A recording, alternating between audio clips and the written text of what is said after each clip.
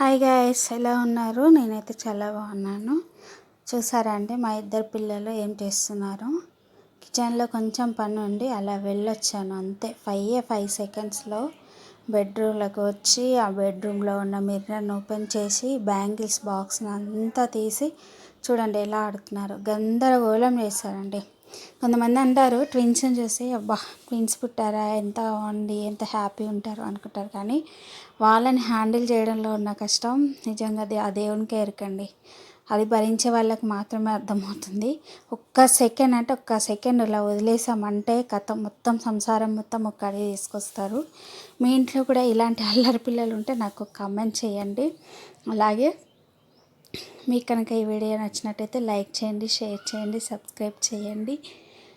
అంతే అండి. మా పిల్లల లొల్లి ఒకటని కాదు, చెప్పుకుంటూ పోతే చాలానే ఉంటాయి. అంతే guys, thank you, bye bye.